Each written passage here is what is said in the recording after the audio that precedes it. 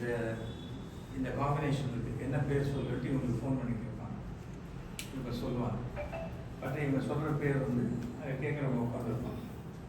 இது வந்து நான் நான் ஆச்சு எனக்கு வந்து இந்த டிசம்பர் 26 வந்ததுன்னா 74 முடிஞ்சு 75 ஆரம்பிக்க போகுது. நான் ஒரு கிட்டத்தட்ட 1000 அஸ்ட்ராலஜருக்கு மேலே பார்த்துருப்பேன். முதல் ஜோதியர்கள் மாநாடு, உலக மாநாடு நடந்த போது அதுக்கு நான் தான் சீஃப் கெஸ்ட் பிஜிபியில். ஃபஸ்ட்டு உங்கள் எல்லாருக்குமே என்னுடைய வாழ்த்துக்களை சொல்கிறேன். இது வந்து இந்த ஆர்ட் மாத்திரம் யாருக்கும் ஆசைப்பட்டால் கிடைச்சிடாது. அது உங்களுக்கு வரணும்னு இருந்தால் தான் நீங்கள் அதை கற்றுக்க முடியும். நிறைய பேருக்கு கட்டம் கூட போட தெரியாது. அதே மாதிரி ஸ்கேலை பார்த்து பார்த்து பார்த்து போட தான் தெரியுமே தவிர, இது நானும் ஜோசியம் கற்றுக்கவே இல்லை. நிறைய ஜோதிடர்கள் தெரியும்.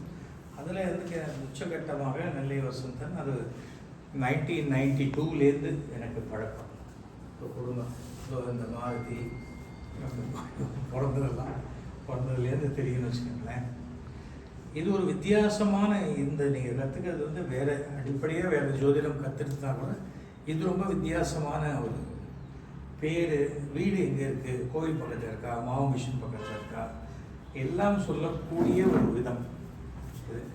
அவர் சொல்லுவார், எதுவுமே நம்ம டிசைட் பண்ணுறதில்ல, ஆல்ரெடி எல்லாமே இருக்குது இந்த நேரம். அப்படி அவர் சொல்லிட்டு இருப்பார். ஒருத்தர் சந்திரசேகர் ஒருத்தர் ஒரு வாரம் சொல்லும்போது நான் என்டர் பண்ணுவேன், பாருங்கள் சந்திரசேகர் வந்திருக்கார் அப்படிம்பார். அது மாதிரி ஒரு மிகப்பெரிய ஒரு அஸ்ட்ராலஜர். அது எல்லாருமே பிறப்பாங்க இறப்பாங்க, ஆனால் இறப்புக்கு பின்னும் லைஃப்பில் வந்து நமக்காக நம்ம பேரை சொல்கிற மாதிரி ஒரு விஷயம் வந்து அதை பண்ணிட்டு போனது வசந்தன். இது இனிமேல் இப்போ நீங்கள் போய் 20 பேர் கற்றுக்குறீங்க அப்படின்னா நீங்கள் ஒரு 200 பேருக்கு சொல்லுவீங்க. அது மாதிரி இது வந்து கிட்டத்தட்ட அத்தனை கிளாஸ் ஆகிருக்கு, எல்லாம் ரொம்ப சக்ஸஸ்ஃபுல் ஆகிருக்கு. இதில் வந்து கற்றுக்கிட்டவங்களே தனியாக போய் கிளாஸ் எடுக்கிறாங்கன்னா பாருங்கள், அந்த அளவுக்கு ஒரு இது. ஆனால் இது வந்து ஒரு கடல் ஜோதிடம் என்பது. இந்த கிளாஸ் வந்தோன்னா முழுக்க கற்றுக்கிட்டேன், எனக்கு எல்லாம் தெரியும்னு நினச்சா கஷ்டம். பெரிய பெரிய ஜோதிடர்களே வந்து சில சமயம் வசந்தன் கேட்குற கேள்விக்கு பதில் சொல்ல தெரியாமல் அப்புறம் அதை எக்ஸ்பிளைன் பண்ணுவார். அந்த மாதிரி எனக்கு கைடன்ஸ்ங்கிறது 94லேருந்து என்னை முழுக்க கைட் பண்ணது வசந்தன் தான். நான் இங்கே அவர் ஆஃபீஸில் உட்காந்து பேசிகிட்டு இருக்கேன். அன்றைக்கி சொல்கிறாரு, உங்களுக்கு எம்எல்ஏ சீட்டு கொடுப்பாங்க ஜெயலலிதா. ஐயா நான் பணமே கட்டலைன்னு. இல்லை உங்களுக்கு கொடுப்பாங்க. சரி சார் கொடுத்தா அப்படின்னு கொடுத்தா ஒத்துக்கங்க, ஜெயிப்பீங்க. ஒன்று 1200 ஓட்டில் ஜெயிப்பீங்க, இல்லாட்டா 12,000 ஓட்டில் ஜெயிப்பீங்க அப்படின்னா. அங்கேருந்து கிளம்பி வீட்டுக்கு போகிற வேலையை என் ஒய்ஃபுக்கு ஃபோன் பண்ணுறாங்க, உங்கள் பேர் டிவியில் அனௌன்ஸ் பண்ணுறாங்க, உங்களுக்கு எம்எல்ஏ சீட்டு கொடுத்துருக்கு அப்படின்னு சொல்லி. பணமே கட்டல. பட் அதே சமயத்தில் 96 பேர் 196 பேர் மயிலாப்பூரில் நிற்கிறதுக்கு பணம் கட்டியிருக்காங்க. எதுக்காக சொல்கிறேன்னா அவ்வளோ அக்யூரசி.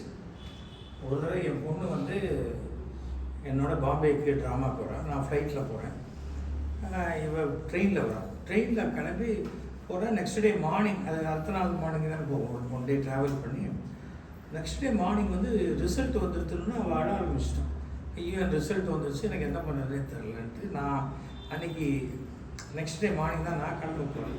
நான் உடனே சரி ஒன்றும் அழாத பார்க்கலான்ட்டு வசந்தன்கிட்ட சொன்னேன். உடனே என் பொண்ணு பேர் இல்லை அவருக்கு எல்லாமே தெரியும். அதனால் கிட்டத்தட்ட ஒரு மார்க் ஷீட்டு போட்டு இதான் மார்க்குன்னு சொல்லி கொடுத்தார். கிட்டத்தட்ட 6 சப்ஜெக்ட்டு, ஒரே ஒரு சப்ஜெக்ட் மாத்திரம் 1 மார்க் மாறி வந்தது. பாக்கி அத்தனை சப்ஜெக்ட்லேயும் அவர் என்ன மார்க் எழுதி கொடுத்தாரோ அந்த மார்க் தான் வந்தது.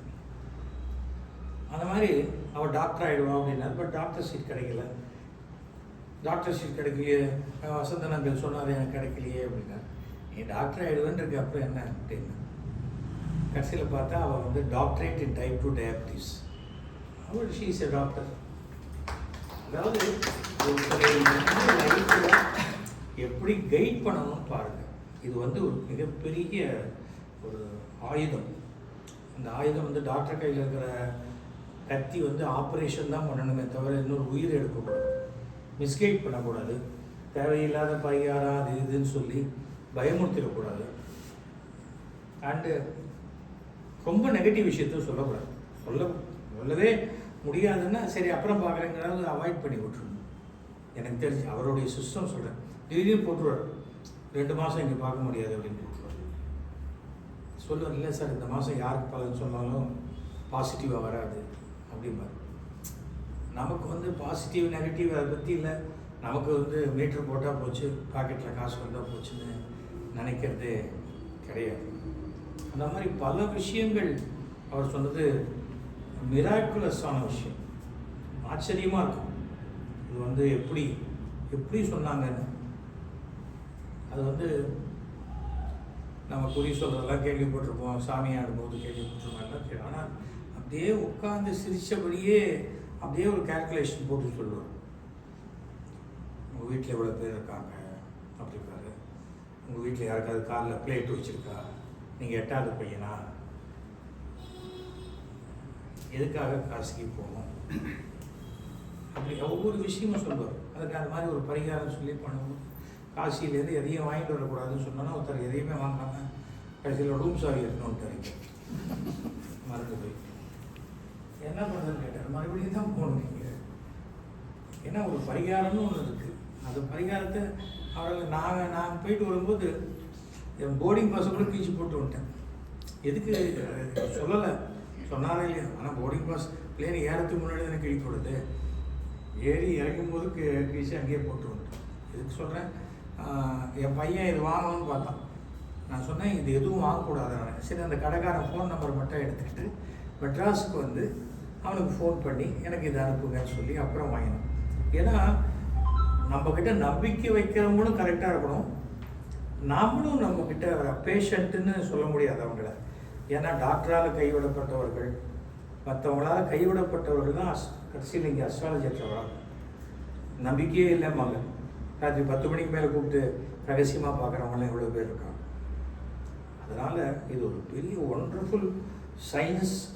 ஆனால் இந்த சயின்ஸை வித் டிவைன் பவரோடு யூஸ் பண்ணுங்க. அதுதான் நான் என்றைக்குமே சொல்லுவேன். ஏன்னா வசந்தன் மாதிரி இன்னொருத்தருங்கிறது கிடையாது.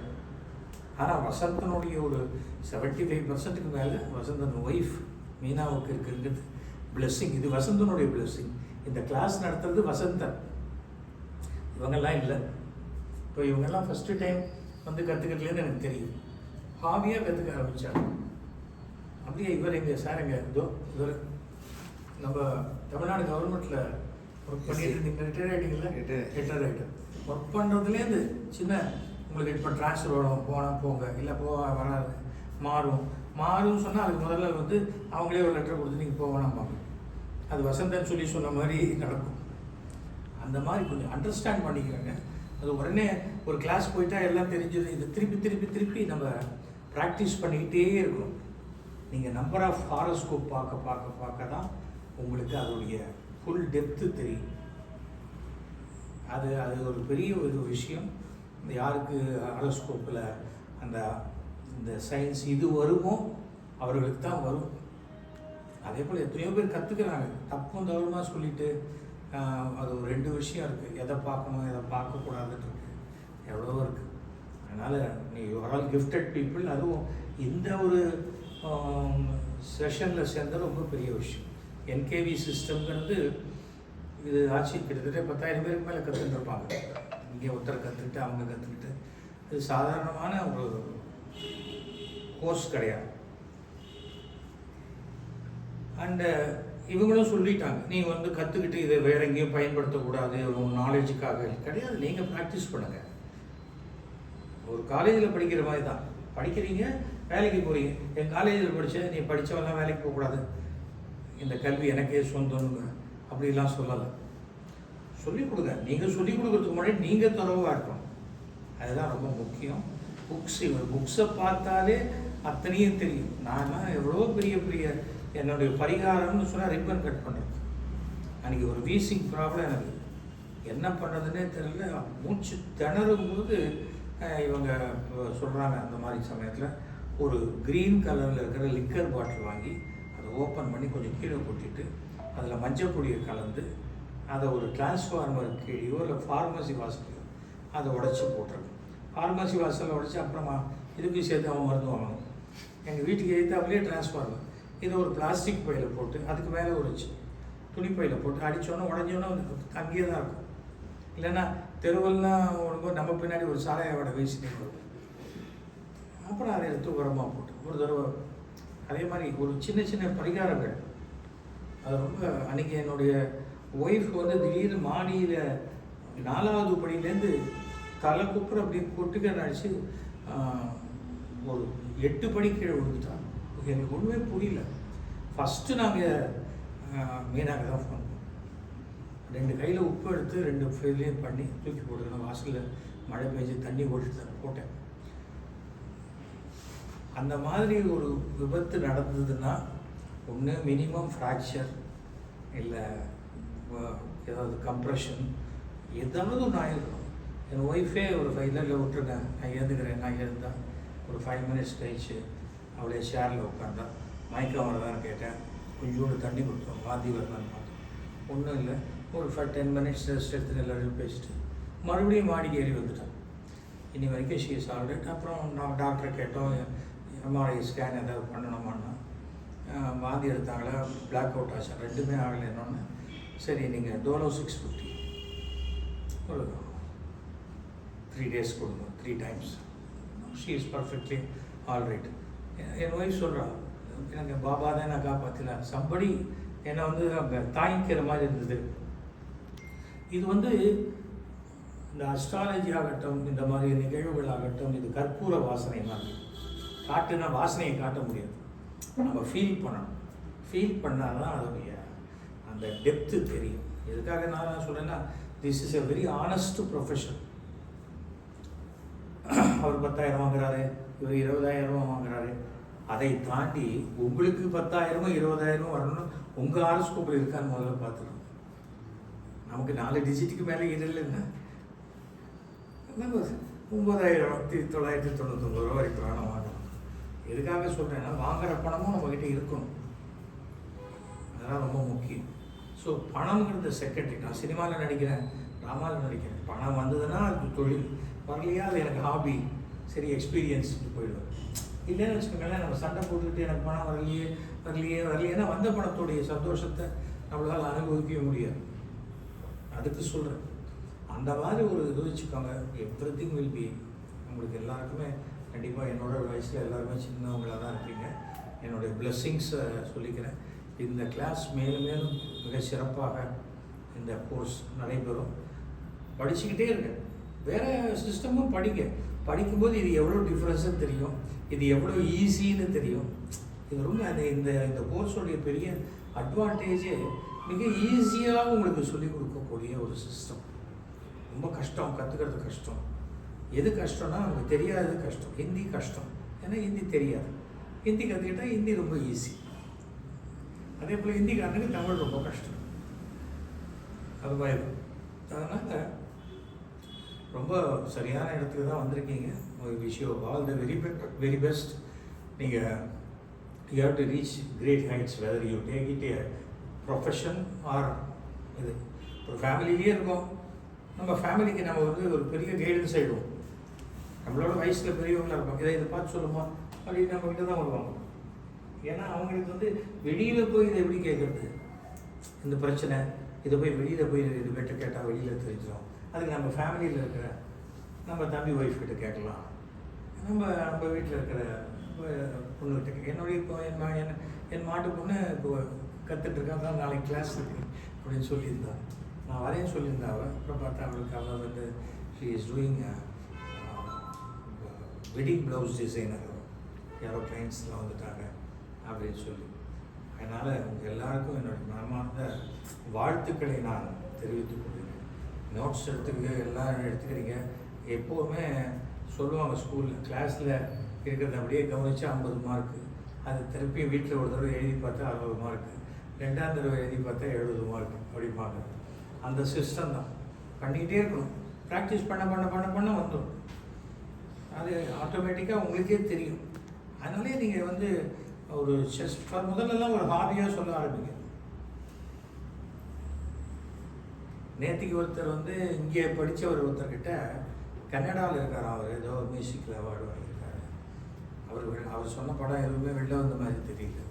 இந்த அவார்டு நிறைய பேர் கொடுக்குறாங்க, காசு கொடுத்து அவார்டு கொடுத்துருவாங்க. அவர் ஃபோன் பண்ணி, எனக்கு இந்த நீ எல்லாம் ஒரு ஜோசியா என்கேவி சிஸ்டத்து மேலே எனக்கு நம்பிக்கை கிடையாது அப்படின்னு, எனக்கு சொல்லு போகலாம் நீ அப்படின்னு இருக்கார். இவர்கிட்ட date of birth, time of birth வாங்கிட்டாங்க. அவர் ஒய்ஃபு, என் ஒய்ஃபே ஜாதகம் பார்ப்பாங்க. அப்படின்னு அவங்க ஒய்ஃப் ஏதோ பேசியிருக்காங்க, நீ அவருக்கு அசிஸ்டண்ட்டாக அவர் அவருக்கு அசிஸ்டண்ட்டாக தெரியல அப்படி ஏதோ நக்கல் பண்ணியிருக்காரு. இவர் அந்த ஜாதகத்தை பார்த்துட்டு அவருடைய பர்சனல் விஷயம் 2-3 சொன்னோன்னா லைன் கட் ஆகிடுச்சு. ஏன்னா கான்ஃபரன்ஸ் காலில் இருக்கார். எது ஒய்ஃபுக்கு தெரியக்கூடாதுன்னு சொன்னது இவர் சொல்லிட்டார். நமக்கு புரியணும். நான் ஒரு தடவை வசந்தனோட நான் இப்போ கோல்டன் ஈகிள் கம்யூனிகேஷன் இப்போது விஜய் டிவி வருது இல்லையா, அதை நான் தான் ஹெட் பண்ணி நடத்திக்கிட்டு இருந்தேன். அப்போது அது சம்மந்தமான ஒருத்தர் அவர் வீட்டுக்கு போயிருக்கோம். அவரை நான் மீட்டிங்கே சார் ஒரு 2 minutes பார்த்துட்டு போயிடலாம். அவர் யாருன்னா இப்போ நெல்லை வசந்தன், பெரிய அஸ்ட்ராலஜர். எனக்கு அஸ்ட்ராலஜியெல்லாம் நம்பிக்கை கிடையாது அப்படின்னா அவர் ஒன்றுமே, நானும் ஒன்றும் சொல்லலை. அவர் உடனே உங்கள் வீட்டில் பூ பேரில் யாராவது இருக்காங்களா சார் அப்படின்னு கேட்டார். இல்லை யாருமே இல்லையா. உங்கள் ஒய்ஃப் பேர் என்ன? பூமா அப்படின்னா. வேறு பூ இருக்கே அப்படின்னாரு. இது என்ன சார் பெரிய விஷயம், நான் எவ்வளோ பாப்புலர் ஆள், என் ஃபேமிலியை பற்றி எல்லாருக்கும் தெரியும். அப்படியா, உங்கள் ஒய்ஃப் மேலே ஒரு ஃபெரா கேஸ் இருக்கே அப்படின்னாரு. ஒரு நிமிஷம் சேர்க்க அப்படின்ட்டு அவர் உள்ளே கூட்டு போயிட்டார். அடுத்தது சொல்லிட்டாருல, எனக்கு தெரிஞ்சிடுமோன்ட்டு. அது வந்து அந்த அளவுக்கு பவர்ஃபுல். இவரை நாங்கள் இவர் என்ன ஒரு சாதாரண ஹியூமன் மாதிரியே இல்லையா, சித்தர் மாதிரி இருக்காரு அப்படின்னு அந்த மாதிரியான ஒரு இது. டயர்டே ஆக மாட்டார். சாப்பாடு கீப்பாடு எதுவுமே கவலைப்பட மாட்டார். ஜோசியம்னு வந்தால் 10 பேர் உட்காந்துட்டு சும்மா சொல்லி கேள்வி பதில் மாதிரி சும்மா சொல்லி கொடுத்துட்டே இருப்பார். நிறைய அஸ்ட்ராலஜிஸ்ட் சொல்லுவாங்க. எத்தனையும் இவர் வந்து இதை பிஹெச்டி வாங்கினார்.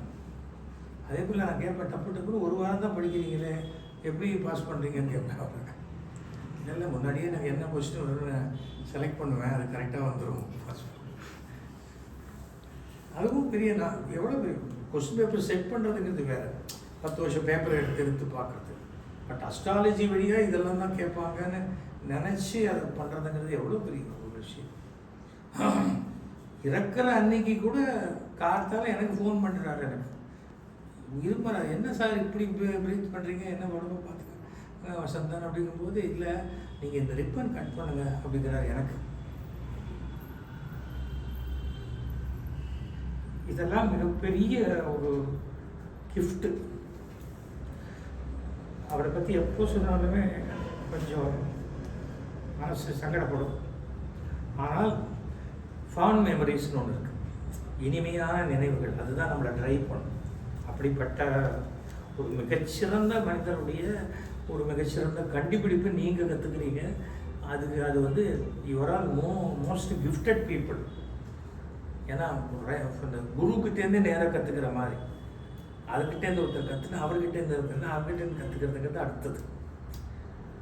இன்னும் எனக்கு தெரிஞ்சு இன்னும் 5 இயர்ஸ்க்குள்ளே NKV system will be the number 1 in astrology in Tamil Nadu and throughout the world. இன்றைக்கி இதை தெரிஞ்சுக்கிட்டவங்க, இதை படிச்சுட்டு யூஎஸில் இருக்கிறவங்கலாம் இருக்காங்க. அதனால் இந்த புக்கை வாங்கி தரவாக படிச்சுட்டு பேசிக்காக அஸ்ட்ராலஜி தெரிஞ்சவங்க இந்த புக்கை வாங்கி ஃபுல்லாக படிச்சுக்கிறாங்க.